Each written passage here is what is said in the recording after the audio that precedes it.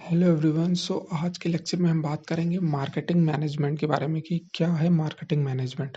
Marketing management refers to the process of planning, organising, implementing and controlling marketing strategies to create, communicate, deliver, and exchange offering that satisfy customer needs and achieve organizational objectives. It focuses on understanding the market, identifying customer demands, and ensuring that product or services meet those demand effectively. अब जो हमारी marketing है ये एक मतलब एक तरह का जैसे हमारी प्रोसेस है कि प्लानिंग क्या होनी चाहिए, किस तरह से ऑर्गेनाइज करना है हमें, क्या इम्प्लीमेंटेशन स्ट्रेटजीज हैं, या किस तरह से हम जो कस्टमर से कम्युनिकेट करेंगे, या किस तरह से हमारा सामान डिलीवर होगा, या फिर किस तरह से हम अपना एक्सचेंज करेंगे। जो सर्विसेज है या अमाउंट है, ऑफरिंग किस तरह से हमारी, किस तरह से हम क्या क्या ऑफर देंगे ताकि कस्टमर की नीड सेटिस्फाई हो और हमारे ऑर्गेनाइजेशनल गोल कैसे उसमें जो निहित हैं वो अचीव हो सकें। और ये इस तरह से एक कि कैसे हम इस मार्केट को कैसे समझेंगे, फिर कस्टमर की क्या डिमांड है, प्रोडक्ट क्या है, सर्विस क्या है, वो स्टैंडर्ड मीट करके मतलब डिमांड फुलफिल कर रहे हैं। तो ये सब चीज़ें हम मार्केटिंग मैनेजमेंट में आती हैं। अब इसके बाद हम इस पे डायरेक्टली फंक्शंस के बारे में बात करेंगे। तो इसमें पहला फंक्शन आता है हमारा मार्केट रिसर्च एंड एनालिसिस। इसमें हम क्या करते हैं, identifying customer need, preference and behaviour through data collection and analysis, understanding market trend, competitor strategy and potential opportunities। अब जो हमारा मार्केट रिसर्च हम जो करते हैं, ये हमारा आइडेंटिफाई करते हैं कि कस्टमर की ज़रूरत क्या है, किसे वो प्रेफरेंस दे रहा है, किस सामान को, कि क्या वो दे मतलब कि अगर उसे मल्टीपल एक जैसे प्रोडक्ट्स हैं, बस उनके प्राइस रेंज अलग है, तो प्रोडक्ट को, ब्रांड को, या किसको प्रेफरेंस दे, या क्या बिहेवियर है उसका, ये सब हमें जो हमने डेटा कलेक्ट किया है उसके थ्रू हमें पता लगता है कि जो हमने मतलब एडवर्टीजमेंट ऐड ये सब कर रखे हैं उससे हमें उसका रिटेंशन पता लगता है। फिर अंडरस्टैंडिंग, और उससे हमें मार्केट ट्रेंड को समझने में मदद मिलती है और कॉम्पिटिटर्स की भी स्ट्रैटेजी का पता लगता है। और फिर जो हमारे जो अपॉर्चुनिटीज़ हैं या जैसे और कुछ गैप्स हैं तो उसे हम फिल कर रहे हैं, तो ये एक तरह की अपॉर्चुनिटीज़ होती हैं। तो ये हम मार्केट रिसर्च एनालिसिस में करते हैं। अब इसके बाद आता है स्ट्रैटेजिक प्लानिंग क्या होगी। अब जब हमने सब कुछ जान लिया, इसके बाद स्ट्रैटेजिक प्लानिंग है developing a long term marketing strategies to align with organisational goal, setting objective, identifying target audience and determine the best ways to reach them. अब हमारी स्ट्रैटेजिक प्लानिंग ऐसी होनी चाहिए कि हमारी लॉन्ग पहली चीज़ तो लॉन्ग टर्म हो, कि हमारे ऑर्गेनाइजेशनल गोल को मीट करे, ताकि जो हम ऑब्जेक्टिव सेट करेंगे कि हमें आइडेंटिफाई करना कस्टमर टारगेट को, और बेस्ट मतलब तरीका ऐसा होना चाहिए कि ताकि वो कस्टमर तक हम पहुंच सकें अपनी प्रोडक्ट और सर्विसेज को लेकर। फिर है प्रोडक्ट डेवलपमेंट। अब इसमें प्रोडक्ट डेवलपमेंट में बात करेंगे डिजाइनिंग और refining product and services to meet customer needs, managing the product life cycle from introduction to maturity and decline. अब इसमें क्या है, प्रोडक्ट डेवलपमेंट एक ऐसी स्टेज है जहाँ पे हम अपने प्रोडक्ट को जैसे हमने कोई पहले सर्वे किया तो इससे हमें कुछ पता लग गया, अब हमने कोई बेसिक प्रोडक्ट लॉन्च किया, अब उसमें कस्टमर का रिटेंशन हुआ कि कस्टमर कह रहा है हमें ये भी चाहिए, या ये चीज़ तो औरों में भी है, आप नया क्या दे रहे हैं। तो इस तरह से हम उसमें कस्टमर की कोई स्पेसिफिक डिमांड आ रही कि ये चीज़ होती तो मैं खरीदता। तो इस तरह हम सर्वे से ये हमें डेटा जो मिलता है उस हिसाब से हमारा प्रोडक्ट हम इस हिसाब से उसे डिज़ाइन करते हैं। और फिर इसके बाद प्रोडक्ट मतलब इनिशियल लॉन्च स्टेज से लेके कि एक फिर वो पीक पर होता है मार्केट में, फिर थोड़े टाइम बाद और कॉम्पिटिटर आते हैं सिमिलर स्ट्रैटेजी वो फॉलो करते हैं, फिर हमारे प्रोडक्ट की डिक्लाइन शुरू आती है, हम फिर से इसके बाद प्रोडक्ट को रीडिज़ाइन करना शुरू करते हैं, फिर से उसकी स्टार्टिंग एज फिर शुरू हो जाती है, रीडिज़ाइन किया, डिक्लाइन जहाँ ख़त्म, फिर वहाँ से एक नए प्रोडक्ट की स्टेज स्टार्ट हुई, फिर मैच्योर हुआ, फिर पीक पर पहुँच गया, फिर इसके बाद फिर डिक्लाइन। तो ये प्रोसेस चलता रहता है। फिर आते हैं प्राइसिंग स्ट्रैटेजीज क्या, setting competitive and profitable pricing based on customer demand, competition and cost। फिर implementing dynamic pricing, discounting and premium pricing as needed। अब हमारी प्राइसिंग स्ट्रैटेजी ऐसे नहीं, जो पहली चीज़ कॉम्पिटिटिव हो, प्रॉफिटेबल लगे कस्टमर को, और जो है कंपनी को भी प्रॉफिटेबल लगे, ये भी ज़रूरी है। नहीं तो कस्टमर तो चाहेगा ही उसे कम में मिल जाए, फिर कंपनी कहाँ जाएगी, घाटे में नहीं। तो ये चीज़ का मतलब ध्यान रखना है कि इस हिसाब से हो कि कॉम्पिटिटर्स को भी हम टक्कर दें और हमारा जो है प्रॉफिट भी कंपनी को हो और कस्टमर को भी सही लगे कि हाँ, इसको खरीदने में फ़ायदा है जो है, और हमें उस हिसाब से हमारी जो कॉस्ट है वो भी निकल पाए। तो इस हिसाब से होता है। और इसमें एक तरह से ये इसमें जो हम डायनामिक प्राइसिंग लाइक रहता है कि सडन अगर आपने अभी खरीदा तो आपकी कम में मिलेगा, फिर लेटर ऑन ज़्यादा, या फिर जो ईएमआई वीएमआई का प्लान्स होते हैं, ईएमआई मोस्टली आपने देखा होगा कि प्रोडक्ट आप ईएमआई पे लेते हो तो आपको एमआरपी ही रेट पड़ जाएगा, और सडन लेते हो तो मतलब उसमें 20,000 तक का डिस्काउंट मिल जाता है, जैसे इलेक्ट्रॉनिक्स आइटम्स कोई हो गया, तो इस तरह का है। और या प्रीमियम प्राइसिंग मॉडल्स होते हैं या डिस्काउंटिंग स्ट्रैटेजीज जो यूज़ करते हैं कि सडन सेल करानी, ताकि मतलब हमारे प्रोडक्ट लॉन्च होते ही तुरंत तुरंत बिक जाएं। तो ये सब चीज़ें कंपनीज फॉलो करती हैं। फिर आते हैं प्रमोशन पे, promotion and communication, creating campaign to inform and persuade customers about the product और service, utilising advertising, sales promotion, digital marketing, public relations and personal selling. अब हम आप प्रमोशन और कम्युनिकेशन, प्रमोशन में क्या है, हमने कैंपेन चलाया, इन्फॉर्म किया सभी कस्टमर्स को, दिख गया, एड वैड रन किए, सब हो गया, प्रमोट हो गया। अब उस एडवर्टाइजिंग से हमारा क्या होगा, हम कस्टमर से एक तरह से कम्युनिकेट कर रहे हैं, फिर कस्टमर्स का उधर से रिस्पॉन्स आएगा, कैसे इंटरेस्ट दिखा के लीड्स के फॉर्म में आएगा, या फिर कस्टमर से कुछ कुछ कस्टमर्स होंगे तुरंत इंटरेक्ट हो जाते हैं, बहुत ऑब्सेस्ड होते हैं, तो वो क्या होता है कि वो तुरंत फिर उन्हें डायरेक्ट सेलिंग कर दो, तो ये बेस्ट तरीका है। फिर इसके बाद आते हैं डिस्ट्रीब्यूशन एंड प्लेस मैनेजमेंट। फिर इसमें आता है ensuring the product is available to customer through appropriate distribution channel, managing logistics, supply chain and retail presence. अब डिस्ट्रीब्यूशन चैनल ऐसा होना चाहिए कि हमारा प्रोडक्ट अवेलेबल रहे, या ऐसी लोकेशन पे हम उसे मतलब करें कि जहाँ डिमांड है तो उस हिसाब से हम उसे मतलब सप्लाई कर सकें। तो इसमें जैसे लॉजिस्टिक्स है, सप्लाई चेन है, या फिर रिटेल स्टोर होते हैं, तो उस हिसाब से जो है ये रहते हैं। जैसे आपने देखा होगा मैकडॉनल्ड्स है, बर्गर किंग है, तो ये डोमिनोज है, ये सब जहाँ जैसे कॉलेज एरिया हैं, तो अब बूढ़े लोग तो नहीं खाते हैं ज़्यादा इसे, और फिर बच्चे भी नहीं खाते हैं क्योंकि वो तो कर ही नहीं पाएंगे ऑर्डर। तो जो हमारे कॉलेज गोअर्स होते हैं तो उनके आसपास मोस्टली आपने देखा होगा इनके आउटलेट ज़रूर होते हैं, तो ये मोस्टली उन्हें ही टारगेट करते हैं, जो हमारे यूथ हैं या यंग हैं, तो वो लाइक उन्हें इसका टेस्ट भी पसंद आता है, तो इसमें ये चीज़ रहती है।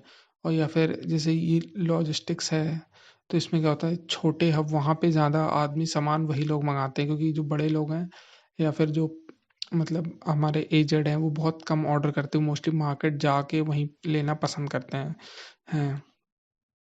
तो ये चीज़ें इसमें इस तरह से हैं। फिर इसके बाद आते हैं customer relationship management. Customer relationship management में है building and nurturing relationship with customer to foster loyalty and retention, leveraging CRM tool to track customer interaction and improve satisfaction. अब जो हमारी सीआरएम टूल होता है, अब ऑब्वियस सी बात है कि जो हमारी टीम है उसको याद नहीं रहेगा कि लाइक कस्टमर से कब कब इंटरेक्ट करना है, या किस तरह से लाइक क्या स्ट्रैटेजीज अपना अप्लाई करनी है।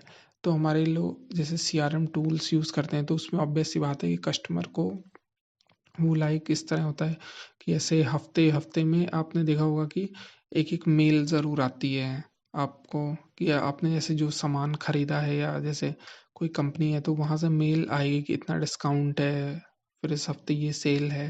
तो ये चीज़ आती है, किसी किसी की होती है कि अल्टरनेट तीसरे दिन आती है। अब ऑब्वियस सी बात है, अगर डेली डेली कोई भेजेगा तो कस्टमर एकदम परेशान हो जाएगा, और फिर उसको मतलब ना के बराबर लेगा, उसे गुस्सा आ जाएगा कि ये मतलब ये तो स्पैम शुरू कर दिया इन्होंने पूरा, तो उसको स्पैम लिस्ट में डाल देगा, मेल तो कभी आएंगे ही नहीं। तो ये चीज़ें इसमें रहती हैं कि जो लाइक पिचिंग होती है। अब जैसे फ़ोन का आपका बेस्ट एग्जांपल कि जैसे आपका रिचार्ज जब तक रहता है तब तक आपको कोई प्रमोशनल मेल ये सब कुछ नहीं आएगा, और जैसे आपका रिचार्ज ख़त्म होता है या उसके 1-2-3 दिन पहले फिर आपको आना शुरू हुआ, और जैसे ही ख़त्म हो जाता है फिर तो आपको और तेज़ सुबह शाम 2-3-4 बार आता है कि मतलब कि रिचार्ज कराओ कराओ कराओ। तो ये चीज़ बहुत एक तरह से होता है ना कि कस्टमर को ये फ्रस्ट्रेट भी करता है जो है। फिर आते हैं कि परफॉर्मेंस मेजरमेंट। हाँ, तो ये इस तरह की जो मेल आती है, ये सब हमें सीआरएम टूल्स के थ्रू ही पता लगते हैं कि अब ये कस्टमर को इसका रिचार्ज खत्म है, अब इसे लाइक हमें वहाँ से बटन दबाएँगे तो मैसेज आ जाएगा। तो ये सब सीआरएम टूल्स के थ्रू ही मैनेज किया जाता है।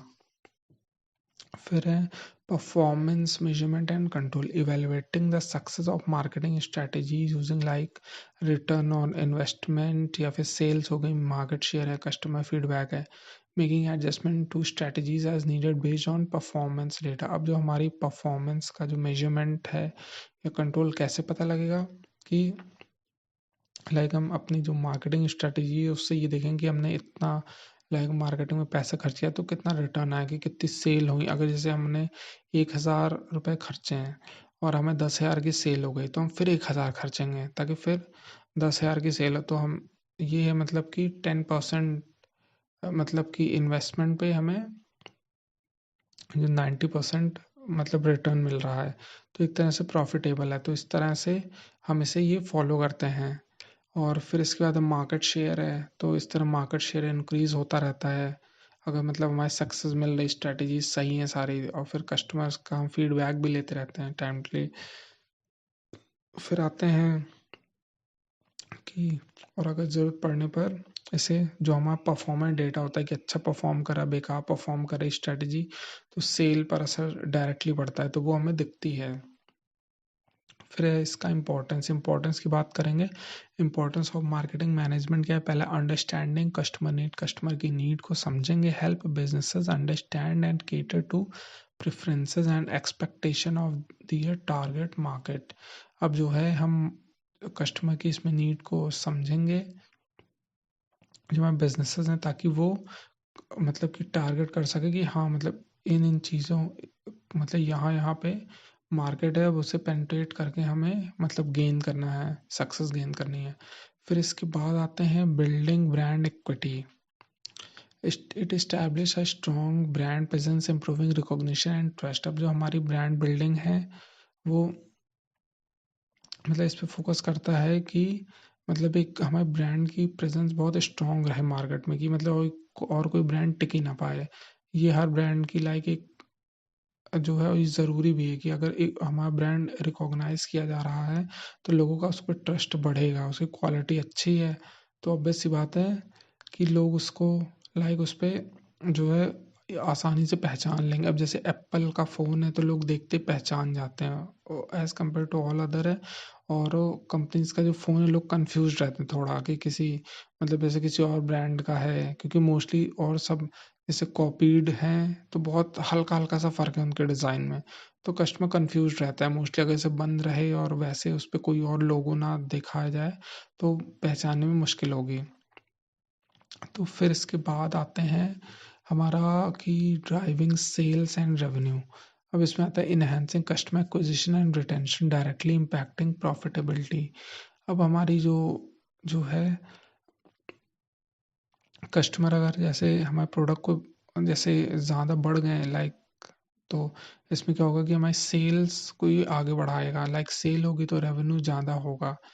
ठीक है, ज़्यादा से ज़्यादा हमने कस्टमर को एक्वायर किया है, कस्टमर का रिटेंशन हमारे प्रोडक्ट के प्रति ज़्यादा है, तो वो डायरेक्टली एक तरह से प्रॉफिटेबल हमारे बिजनेस को करेगा।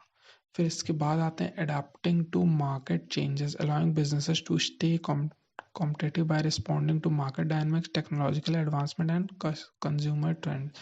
अब क्या है जो हमारी मार्केट चेंज होता रहता है तो टाइम टू टाइम बिजनेसेस क्या करते हैं कि उनकी स्ट्रेटजीज में बदलाव करते रहते हैं कि किस हिसाब से टेक्नोलॉजिकल एडवांसमेंट हो गया तो हमारा प्रोडक्ट की लाइक हमें उसे बल्क में बनाना हमारे लिए आसान हो गया और दाम कम हो गया तो हम और ज़्यादा मार्जिन दे पा रहे हैं। तो हमारे उस रेट में तो बिक ही रहा है, और जब उस रेट में लाइक हमने और कस्टमर को डिफीट कर दिया तो और लाइक और कंपनीज के जो प्रोडक्ट उनको डिफीट कर दिया, फिर इसके बाद है हमें लाइक और लॉयल्टी बढ़ानी है और मार्केट शेयर बढ़ाना तो थोड़ा सा और हम डिस्काउंट देंगे।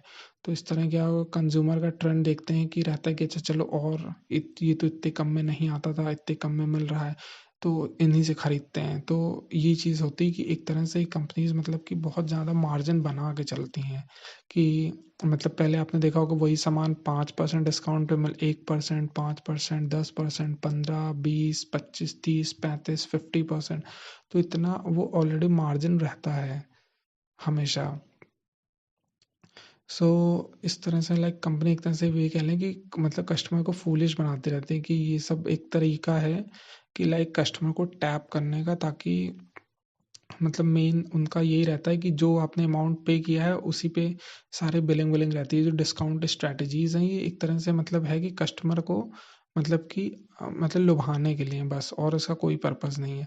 फिर है maximising resource efficiency, ensuring optimal use of resources in developing and executing marketing plans. अब जो हमारी जो है जो हम ऑप्टिमल जो हमारे पास रिसोर्सेज हैं उसका हमें इस हिसाब से यूज़ करना है कि वो हमारी जो प्लान्स है वो परफेक्टली एग्जीक्यूट हों और साथ में हमें अच्छे से अच्छा लाइक वो रिटर्न मिले।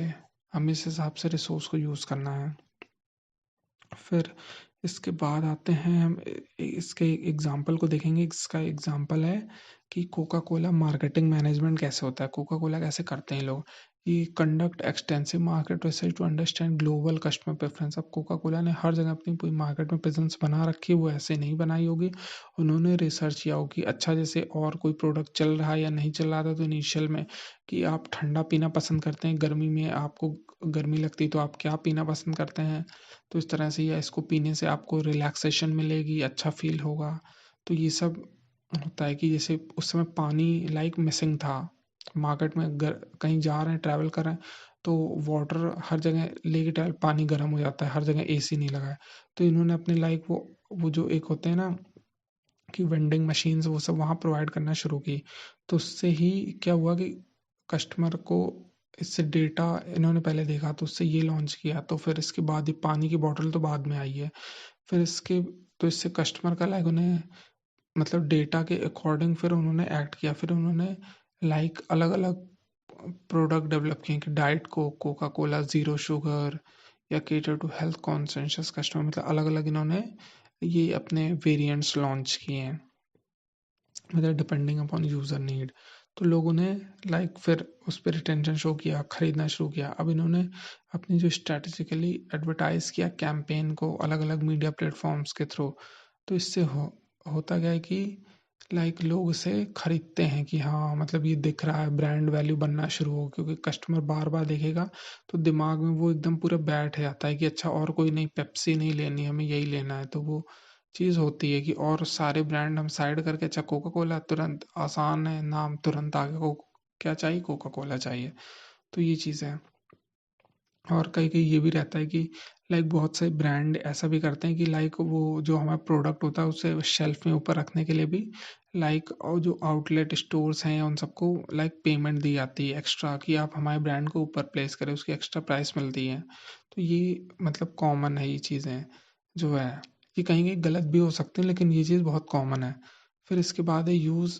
फिर कोका कोला और क्या करता है, use effective distribution system to ensure availability in over 200 country. अब कोका कोला ने इतना अच्छा नेटवर्क बना रखा है, इतनी रिसर्च की, तो ऑब्वियस सी बात है उसका टारगेट भी बहुत बड़ा ही होगा, ऐसा छोटा मोटा नहीं होगा कि एक कंट्री में या एक शहर में बेच रहे, नहीं। वो पूरे वर्ल्ड में लाइक उन्होंने फिर अपना प्रोडक्ट को 200 कंट्रीज में प्रेजेंस बना रखी है, अवेलेबिलिटी है प्रोडक्ट की, और वहाँ डिस्ट्रीब्यूशन चैनल इनका अच्छा है और वो लाइक डिस्ट्रीब्यूट करते हैं। तो उससे क्या है कि अब जिन्हें लाइक जो जिन्हें पसंद है उन्होंने उसे टेस्ट किया, यूज़ मतलब ड्रिंक कर रहे हैं तो अच्छा लग रहा है, तो वो उनकी लाइक कुछ कस्टमर्स ऐसे बने हुए हैं। फिर इसके बाद इसका कंक्लूजन पे देखते हैं। Marketing management is essential for aligning business goal with market opportunities by focusing on understanding customer need, developing effective strategies and optimizing resource use. It enable organization to build competitive advantage and achieve sustainable growth। अब इसमें जो हमारा marketing ये ज़रूरी है कि business गोल की तरफ अलाइन रहे और मार्केटिंग की अपॉर्चुनिटीज़ को लाइक यूज़ कर पाएँ, कस्टमर की नीड को समझें, इफ़ेक्टिव स्ट्रैटेजी बनाएँ और उसको हमारा ऑप्टिमल रिसोर्सेज जो है वो यूज़ करें। और लाइक जो हमारा बजट है, जो मार्केटिंग बजट है उस हिसाब से, ताकि हम मतलब एक तरह से उसका एडवांटेज ले पाएँ कि जो है कम रिसोर्स में अच्छा हम अपने बिजनेस को अचीव कर पाएँ और ताकि एक तरह से सस्टेनेबल ग्रोथ को अचीव करें। सो इसी के साथ आपका ये लेक्चर खत्म होता है। Thank you, have a good day.